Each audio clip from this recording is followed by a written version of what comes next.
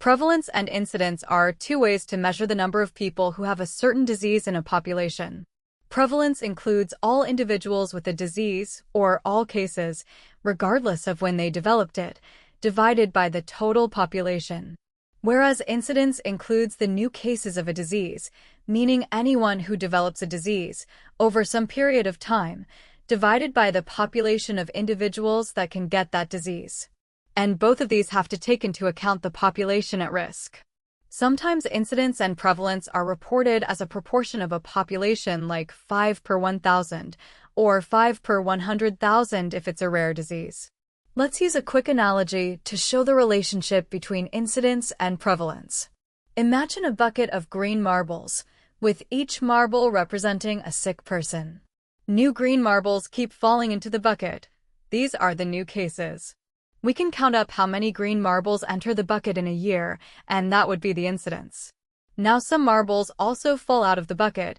Perhaps some cases recover from the disease while other cases die. Either way, they don't have the disease anymore and are no longer cases in our bucket. We can count up the number of green marbles in the bucket, and that would be our prevalence. So the prevalence really depends on the incidence of new cases, the recovery rate of the cases, and the death rate of the cases. So for prevalence, we have all cases of a disease over the population at risk.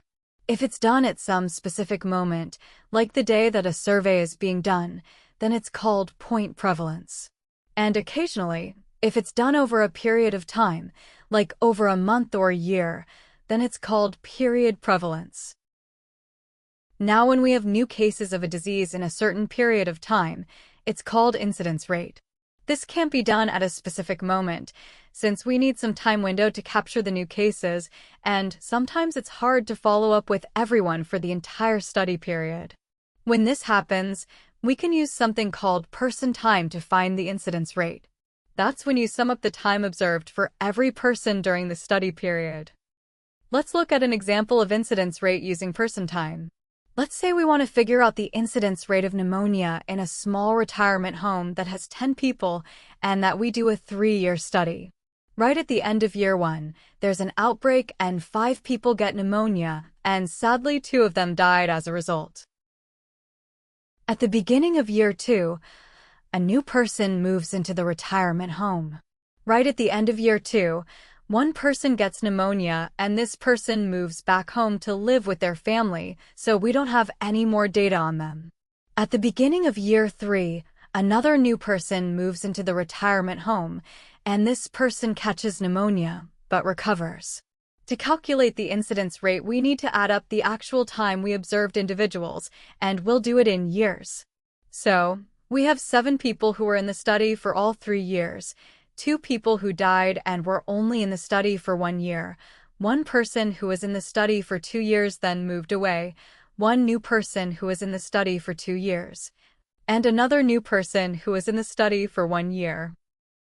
So our person time in years is 3 plus 3 plus 3 plus 3 plus 3 plus 3 plus 3 plus 2 plus 1 plus 1 plus 2 plus 1 equals 28 person years. If we look at the incidence, there were a total of 7 new cases during this time period. So 7 new cases of pneumonia over 28 person years observed is 7 divided by 28 is equal to 0.25 new cases per person year, meaning in this retirement home, there's a 25% chance every year of getting pneumonia. And since there were 2 deaths, there's a 2 by 28 or 7% chance every year of dying in this retirement home. Okay, let's do another example, this time to calculate prevalence. Let's say there's a town of 1,000 people. The town used to have a coal mine, but it's been closed for many years because the coal mining company went out of business.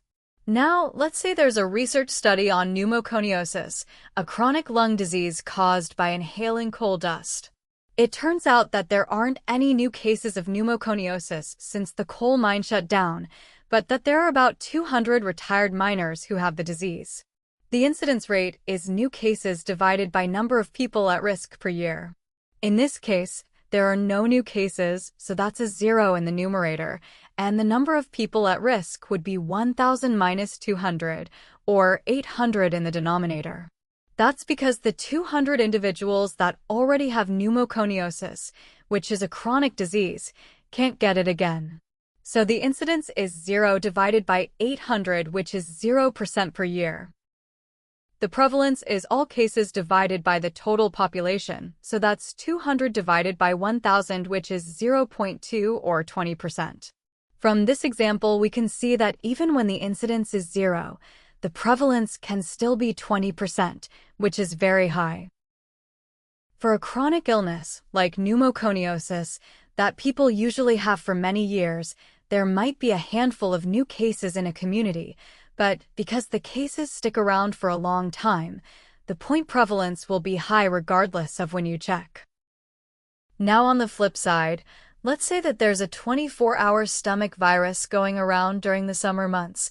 There might be a high incidence because many people might develop the illness in a community that year, but a low prevalence of individuals that have the illness if you do a point prevalence sometime in December, because by then, everyone will have likely recovered.